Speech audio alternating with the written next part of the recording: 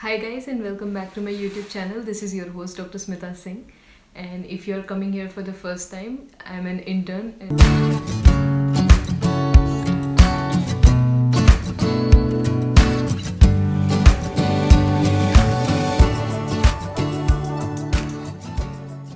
And today what we are going to be discussing about is how to tackle your image-based questions which have recently increased exponentially, like the amount of image-based question being asked in the recent exam. Since I gave my exam in December 2020.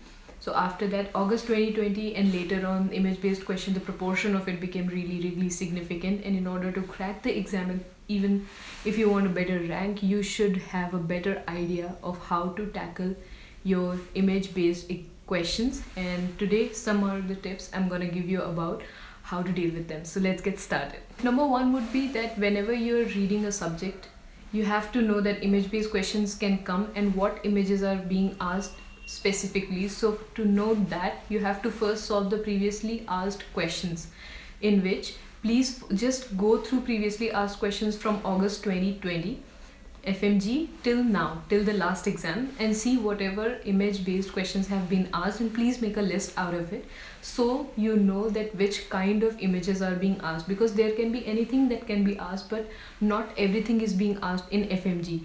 If it's a NEET PG, then anything, but in Fmge there is a set pattern, there is a set bracket. Only one or two maybe exceptionally hard image-based questions will come, but most of them, 90% of them, are easy. And sometimes they are so easy that if you know the image, you don't even have to read the whole question. You can crack the question just by knowing the image or just by seeing and looking at the image. So first thing you're going to do is solve your previous year questions. If you don't, I would suggest to solve the whole previous year question, but today we are talking about just the image-based questions. So just look at the image-based questions asked from August 2020 and later on, because these have high chances of getting repeated and they would give you an idea. For example, the head trauma CT questions often come from subarachnoid hemorrhage, EDH, and those things come often. And some kind of fracture might come, some sort of anatomy, neuroanatomy. They point to a portion of a skull, or they point to a portion of soft tissue and tell you to name it. So please go through the previous year papers and look what kind of questions have been asked so you get an idea. My second tip would be do your radiology better. If you don't have a radiology book, you must be having radio notes, but handwritten radio notes would not work because there are a lot of images, so you cannot make handwritten notes for radiology. You need to have a book, be it a classical like a textbook or a guidebook or a marrow book or a prep ladder book or e-gurukul, whatever, doesn't matter, whatever book you have, but you need to have printed those images, the x-ray, CT, MRI. You need to be able to differentiate just looking by them, first of all, that which is what and what is not. So for that, you have to read your radiology well, because if you read your radiology well, many of the portions, many questions from pediatrics, surgery, medicine, gynecology would get covered under it. So you have to read your radiology. You cannot miss on radiology in these times, because a lot of image-based questions come directly from radiology. Tip number 3 would go same for your pathology. Pathology is a subject from which 1 or 2 or 3 even questions can come. Many slide questions come, like picture of slides come. So you have to know the different hues of pink and blue. You need to be aware of those things. So please look at your radiology notes better. If you don't have a printed radiology note and you have done your handwritten notes, you can also download PATHOMA. PATHOMA is a pathology book people use for preparing USMLE, and it has almost all the important things which needed to be there. And if you're using a marrow or prep ladder printed notes, then they obviously have it in them, but please be sure that you look at them once. And if you have Robbins, also a textbook, a proper textbook Robbins, you can look at them and you can have an idea how the question can be. So please look at the pathology pictures as well. Okay, so tip number 4 would be, there is a book called PHOTON. I don't know you're aware of it or not, but it is a consolidation of all the image-based questions that can be asked in your question paper. It is a good book. I have referred to it, I have seen it, So you can either purchase it or buy it online or whatever, just do what you need to. And if you want a consolidated image bank for you, which you can flip through and go through for your MCI exam, you can definitely go for this book, which is Photon. You can search it online and look it up. I think that would be very beneficial.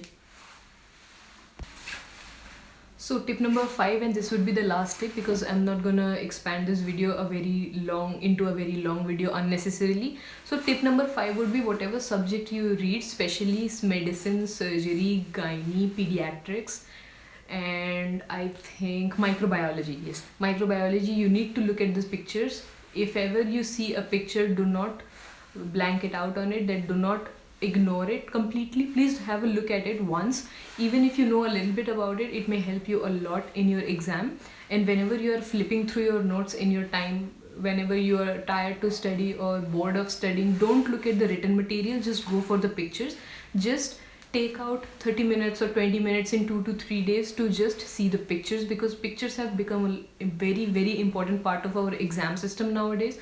So you cannot afford to miss them. Plus, clinically they are very relevant. If you know how a fracture looks, how the skull anatomy looks, how the internal anatomy looks on a X-ray, CT, MRI, USG, whatever, it is gonna help you very, very much when you clear your Fmge and sit in your OPDs with your senior consultant, because they are gonna give you those X-rays and CT images. Maybe not CT images, but X-rays for sure you're gonna be given, and they're gonna ask you a lot of question about it, that what is what.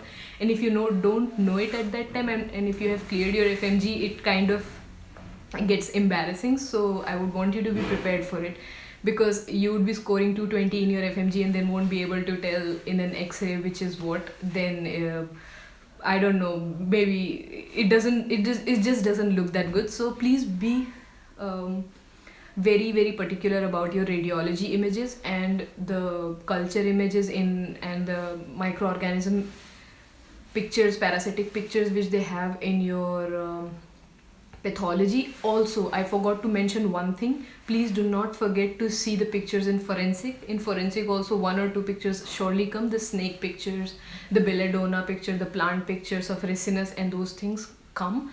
And even in our time, cocaine, snorting, bagging, and those things came as well. So please be sure, do not to miss those things. And if you find these videos helpful, please like, comment and subscribe, and I'll see you in another video. Thank you.